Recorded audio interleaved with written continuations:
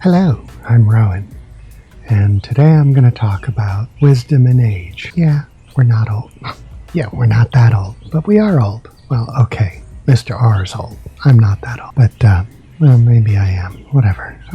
I'm in his body, so chronologically speaking, it's messed up. But, we all do things when we're young and dumb, and, we grow up, and if we have anything at all in our minds that isn't just mush, we realize we did dumb things as children, and that we did even bigger, dumber things as young adults. And some of us who recognize that we had some, what's the term? It's where you're like mentally held back, those issues when you're an adult. When you're a big old man baby. Some of us realize that we had additional issues as adults that we really should have gotten rid of when we were kids. And any of us who look back with a sense of shame for things that we did in the past, it doesn't mean that we are bad people. It doesn't mean that we're weak people. It means that we are people who have gotten better and that we have something in us that is worth actually being there, because we can look back on our past and realize our mistakes and realize how we were dumb and how we were ignorant and we were foolish and we were misled, and how over time we've come to accept the people and the things that we had issues with as children and young adults, and even developmentally challenged adults. Yes, that's the term. Developmentally retentive. Or was that the term? Developmentally retentive? Or was it something else starting with an R? Oh yeah, it's that word. Yeah, retarded. Oh yeah, and that gets to the core, when Mr. R, that being, the meat man version of me, when Mr. R was, little r, it was a wild time. It was a time when everybody was pigeonholed and everybody had tags attached to them. And they weren't necessarily the best tags, but they were tags. And everyone was just very much willing to use those labels on other people. It was the 70s and the 80s. And the word retarded, yeah, that meant something. But honestly, it didn't.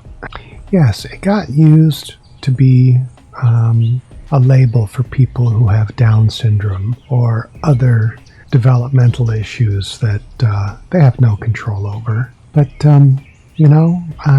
yeah, it was a wild time. And it took a long time to get rid of things like that. But the problem is that those words have meanings, and it's not the word that's the problem. It's the meaning behind the word that's the problem. And as we grow up and we have a word attached to a meaning in our heads, it doesn't always change with the times. And we tend to pigeonhole ourselves by using those words. So I have no problem with the word retarded, and I have no problem if somebody uses the word properly. Now, proper, there's the proper meaning of the word, which that's grown out of favor for use because, well, we have, various different terms like Down syndrome for people who have those problems, and just labeling them all retarded is kind of, well, it's bad because, well, honestly, if you've ever been lumped in with a bunch of other people who have nothing to do with you, but you get labeled the same way as them, that kind of sucks. It just straight up sucks, and it's not accurate, and it's demeaning. So using the word retarded for that is just wrong. But the actual meaning, to be retarded, to be tardy, to be retardy, To retard is to hold back or to limit.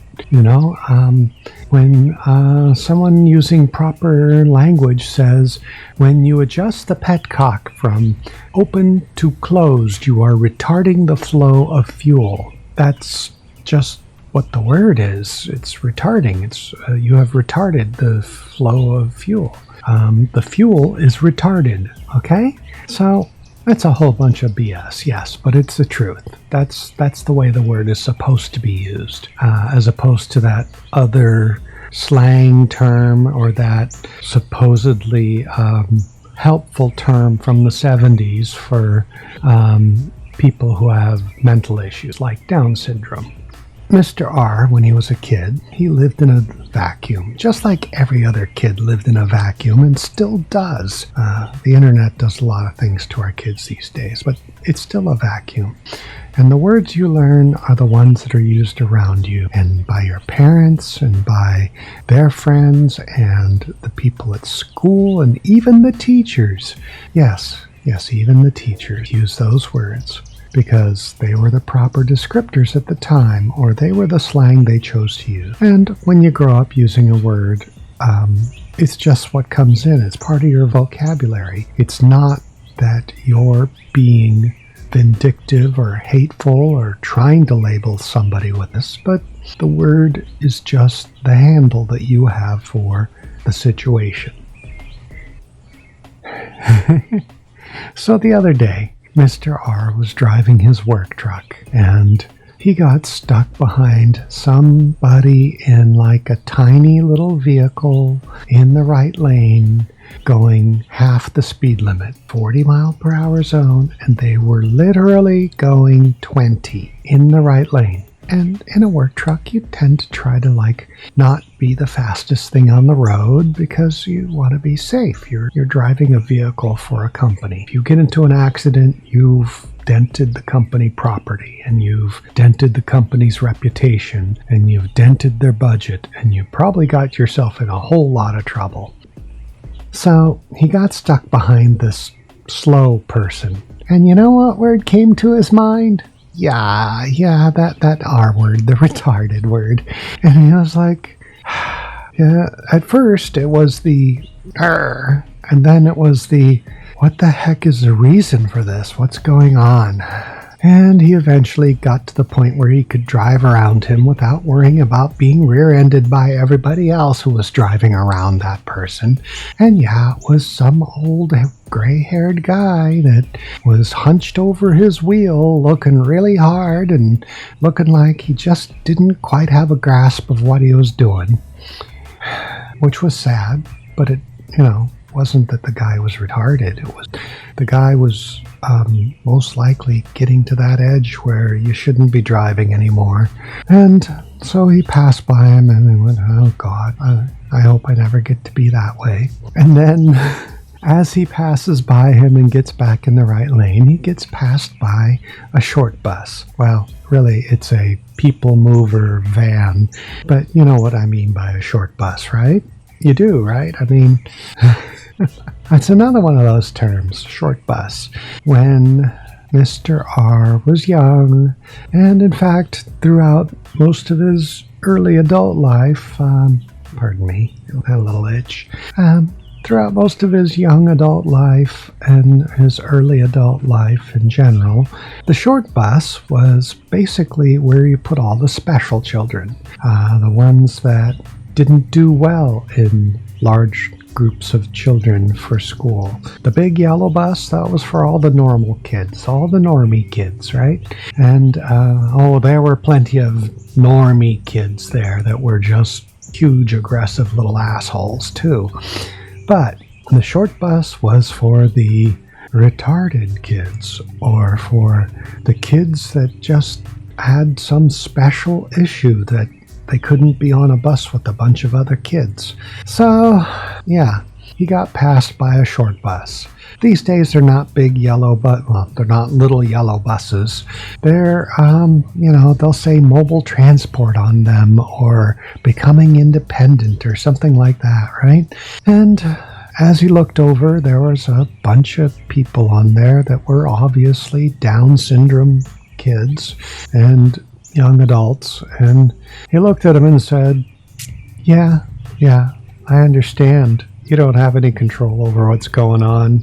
You're stuck in your body, kind of like I'm stuck in his body, in Mr. R's body. And he said, yeah, I'm sorry for all the words I called the older people that, were in your situation when I was a kid. And yeah, they were mentally handicapped. That was the term that we were supposed to use for them, handicapped. And even now, that word is like, oh, you can't use that word. That's a disabling word. Well, yeah, they have a problem. They have medical issues. They were born with problems that are disabling. Yeah, and no matter what word you come up with, eventually over time it will become a slang, and eventually over time it will fall out of favor, and eventually over time it will be considered a verboten word. Yeah, and it's stupid, honestly, but oh well, whatever. People over time change the meanings of words, and over time they become a little too sensitive about the words and decide we have to find some other word to use for this situation, because that other word, it's got too much baggage. And well, yeah, unfortunately that really ruins language to some point, because if you keep having to come up with new words for the old meaning, then eventually you're going to run out of words and the meaning is going to be meaningless.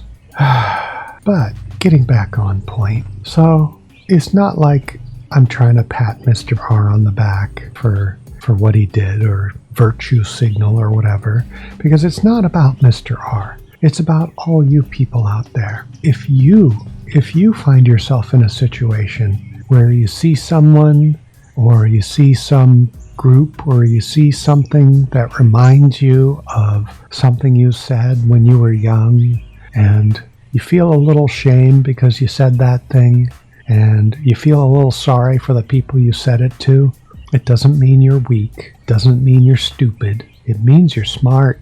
It means you're strong. It means you are a good enough person to admit the faults that you had as a child, as a young adult, and that you have learned from your past, and you have the wisdom to move forward, as opposed to the people who want to call you weak and dumb and label you with words like you were labeling other people with words when you were young and dumb. Yeah, so I guess the moral of the story is live, learn, adapt, and when you are better, don't blame yourself for being worse in the past. Move forward and be a better person today than you were yesterday.